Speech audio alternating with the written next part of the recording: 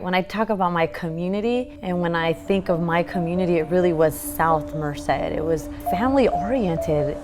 And like my mom said in Spanish, todo el tiempo rinda. There's always enough. There was always enough, even though we thought there was so little. People really loved one another, genuinely loved each other in our community. There's a lot of mom and pop businesses, I would say, like my favorite restaurants. A lot of agriculture. This is not news to anybody's ears, but there's a lot of poverty here still. I didn't see it as growing up poor. Everyone I knew, got what I got, so I thought that was the norm. We came in 2008, which was like during the Great Recession that happened here. Merced was ranked #2 in the nation for cities for foreclosed homes.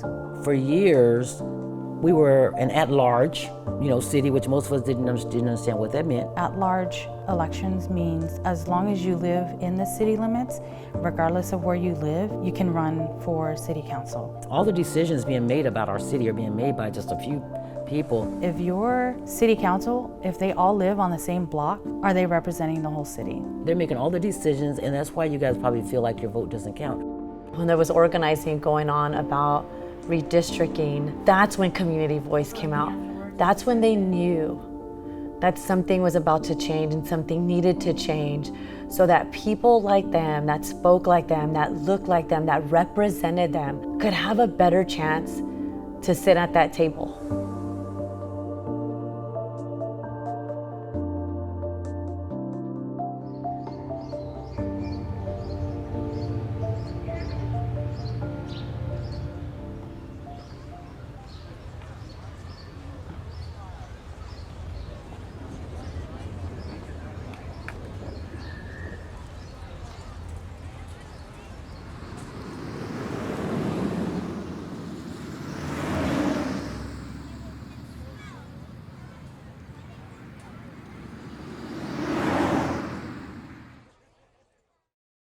Something that I can just recall where I didn't feel like I had power, I think that, and then it's to this day, I think it's the immigration status of my parents. Because of my parents' circumstance, we constantly had to move.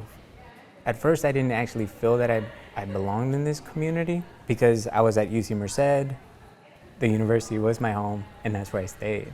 Later on that first year, we got an email from the chancellor's office saying that there was a shooting. The university said not to necessarily come to a certain part of the community because it was a little bit more dangerous.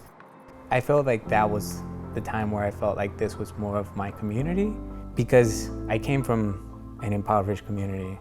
I think it was the love, the care that people had for one another. I go around speaking to providers, people that take care of their family members. Now personally, I take care of my mom. She just turned 84. She lives with me, and my mother has pancreatic cancer. One of the girls that I'm working with, she's kind of younger girl, but she was like, "So you going back to Merded?" Oh, it almost like pierced my heart. I was like, why you call it Merded? There's nothing to do around here. I said, "Girl, don't you call my city Merded." I said, "I am doing things, we're changing that." When you find nothing to do, you make something to do. When I was 16, I still remember being depressed because my parents didn't understand me. The culture was pressuring me to get married, and I still remember crying, saying no, I didn't want to get married, I wanted to go to college. I threatened suicide, and they left me alone after that. I remember telling myself I needed to succeed, because if I didn't succeed, what would they think of me? What would my family think of me? What would the community think of me? I kept volunteering for nonprofit organizations. Through the volunteer work and through my full-time job, I saw still the disparities, the disadvantages, how decision makers made decisions to benefit the folks who were better off, the folks who didn't look like me. And that frustration built. All I knew was we had roadblocks in front of us.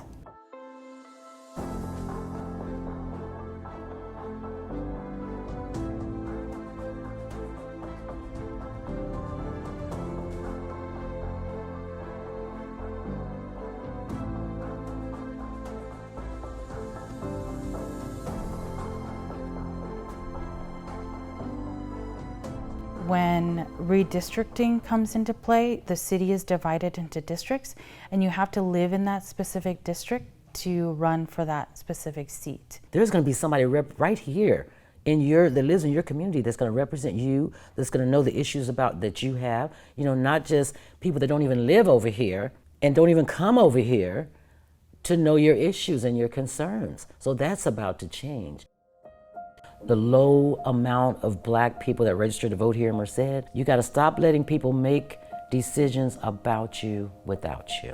So as soon as I found out that they were having a voter registration drive, if I wanted to be a part of that, yes, the homeless population. We focused on the homeless population. We worked together in canvassing and just spreading the word about the redistricting effort that was happening and how people and residents could get involved and voice their concerns or voice what their message was. It was the first time that I was working cross-culturally, having Spanish speakers and English speakers come together to talk and discuss. It was a great dynamic. It was so exciting to hear the numbers, that it was bigger. It is working.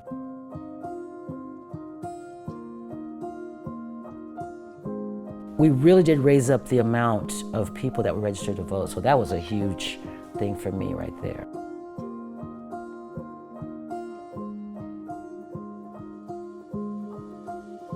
The city gave you a blank map, and it told you that it had to be divided at the railroad tracks, 3 districts in the top, 3 districts at the bottom. You decided how you wanted it. A couple of my colleagues and I had been talking in the community, and we had heard some of the things that they wanted. We began to kind of sit down and, okay, well, let's start counting. How does this look like? And began to kind of divide the city into the districts that came to become the Palma One map. He would break it down into the population. It had to be where the population had to be comparable. You couldn't have this one side over here has got 20,000 people in this district, and over here there's 3,000. After that, began to do some door knocking, canvassing, kind of just promoting the map. We just began to advocate at city councils, turning people out, having people speak on it. The sole purpose of this momentous change is for all of us. It is for me, it is for you, it is for our dads, our moms, and our youth. This change is to give each and every one of us a voice. I ask that you listen to what it is we all have to say here tonight objectively.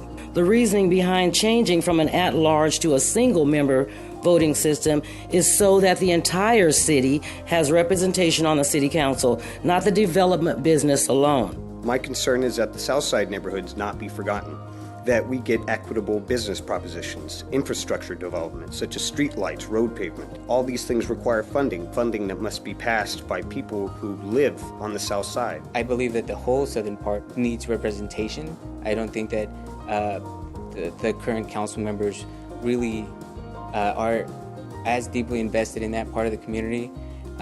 There's residents here that drive those streets every day. I have listened to residents' concerns and heard their stories about the desire to improve their neighborhoods. I think you all here that has come out today deserve a standing ovation for participating in this meeting. Can you please stand?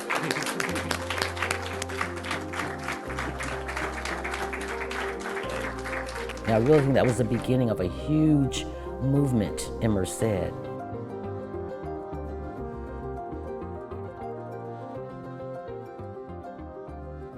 So I came upon an opportunity to run for office because my elected county supervisor mistreated me, and I found out that person was doing the same thing to other ethnic groups.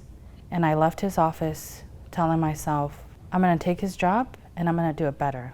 It was a challenge running for a county supervisor, but what I had was the connection with the community. I had the relationships, I had the knowledge. It was back to old grassroots campaigning. The incumbent was former city council. He was the mayor, city of Merced. He had been county supervisor for 2 terms, and he was running for his 3rd term. And we beat him. I am the first person of Hmong descent to hold county supervisor position in the state of California. So when voters go to vote, all they can see and what they have been conditioned to see are the tangibles, like how much money an elected official brings into the community, how many roads they fixed, how many businesses they brought in. But what's more important is the people. And it takes time to build a person. You can't build a person overnight. I found my voice as an elected official. And now in my role, I still reflect on where I came from, poverty. And I reflect on how I needed the help, how I wanted the help. And I'm helping people today how I wanted to be helped when I was voiceless. Merced really embraced me. It made me feel like I belong. I think that that's the thing that continues to push me and encourage me to fight for representation and to fight for people to feel like, hey, I can run for that seat and I can be just as good and even better than the person that's there that didn't know anything about my community.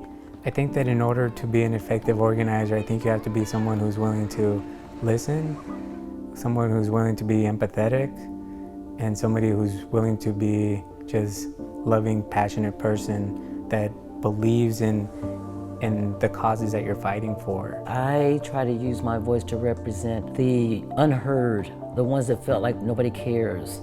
You know, the ones I try to give hope. I am a poet, a gift I treasure. My words are songs of pain and pleasure. I seek the beauty none can find. I paint the pictures in my mind. I am a poet with a master plan. I talk to God, I speak to man. But in this world where I am one, if I am heard, thy will be done.